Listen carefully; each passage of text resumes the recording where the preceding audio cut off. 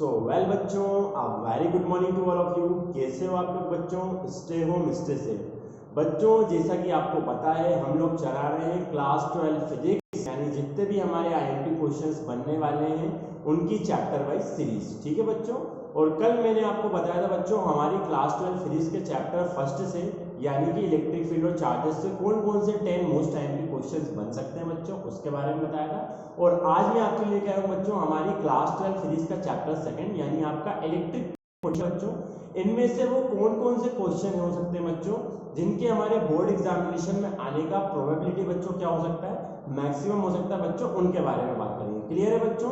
अगर आपने हमारा प्रीवियस लेक्चर नहीं देखा बच्चों अभी तक तो देख लो जाके, उसमें जितने भी चैप्टर्स है हमारी क्लास 12 फिजिक्स एनसीईआरटी बेस्ड जो क्वेश्चन आने का प्रोबेबिलिटी मैक्सिमम है, टॉप 10 क्वेश्चंस बच्चों वो मैंने एक्सप्लेन करे। और आज मैं एक्सप्लेन करने वाला हूं हमारा चैप्टर सेकंड बच्चों, मतलब इलेक्ट्रिक पोटेंशियल के कौन से मोस्ट आईएमपी क्वेश्चन है बच्चों जो बोर्ड एग्जाम में हमें देखने को मिल सकते हैं बच्चों, उसके ऊपर बात करने वाले। ठीक है बच्चों, तो चलो बिना देर का स्टार्ट करते हैं बच्चों।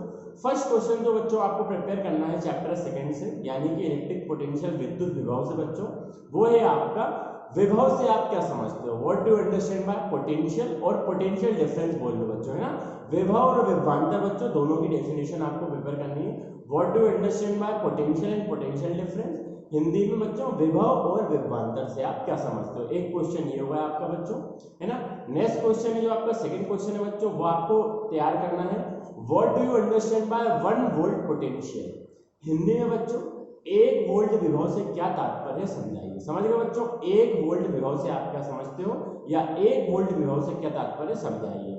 थर्ड क्वेश्चन जो है बच्चों आपका वो ये है, what do you understand by potential gradient, Hindi में विभव प्रवणता से आप क्या समझते हो बच्चों, विभव प्रवणता को समझाओ आप क्या होती है। ठीक है, फिर बच्चों क्या है नेक्स्ट क्वेश्चन, नेक्स्ट क्वेश्चन ये आपका बच्चों विभव प्रवणता और इलेक्ट्रिक फील्ड इंटेंसिटी यानी विद्युत क्षेत्र की तीव्रता में क्या संबंध होता है। What is the relation between electric field intensity and potential gradient, है ना।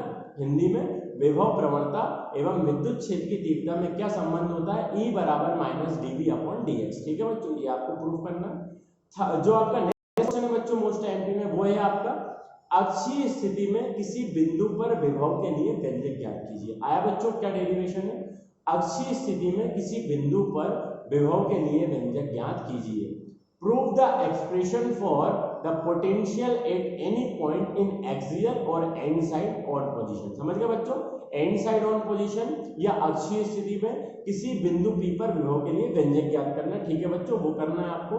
फिर सिमिलरली नेक्स्ट क्वेश्चन क्या बच्चों आपका, निरक्षीय स्थिति में किसी बिंदु P पर विभव के लिए व्यंजक ज्ञात करना है ना।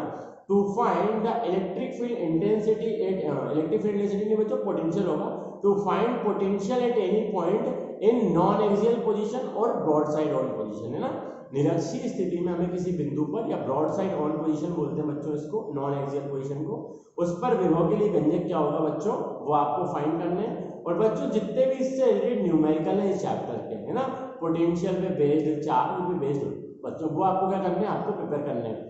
डायमेंशनल फॉर्मूला फाइंड करना पोटेंशियल का, ठीक है बच्चों। और बाकी जितने भी टॉपिक बचे हैं ये मोस्ट आईएमपी क्वेश्चन है बच्चों चैप्टर सेकंड के जो मैंने आपको बता दिए, इनमें से बन सकता है, क्योंकि ये जो है आपका बच्चों फर्स्ट और सेकंड चैप्टर जो है बच्चों, है ना, सेकंड चैप्टर में ये पोटेंशियल टॉपिक के क्वेश्चन हो गए। समझ गए बच्चों, पोटेंशियल से क्या क्या क्वेश्चन बन सकते हैं। नेक्स्ट जो टॉपिक है बच्चों हमारा वो इसी चैप्टर में कैपेसिटेंस, मतलब आपकी धारिता।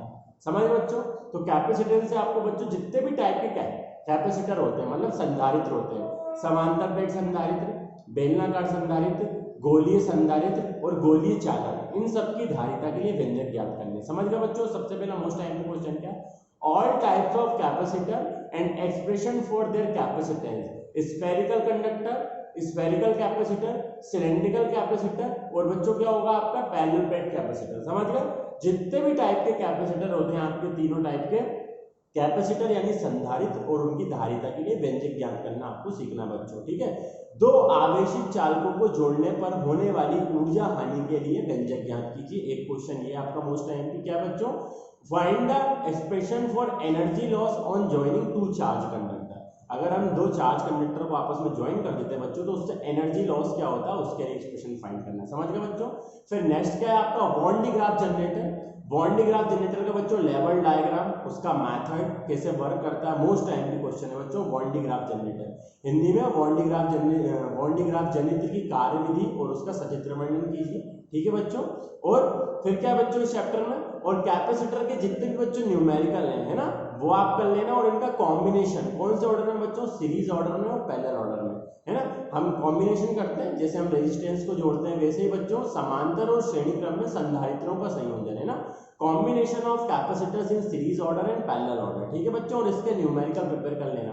तो इन्हीं में से आपके क्वेश्चन बन सकते हैं बच्चों चैप्टर नंबर 2 से। इसके अलावा आपको कोई भी क्वेश्चन बच्चों इस चैप्टर से नहीं बन सकता। समझ गए बच्चों? Thank you, have a nice day.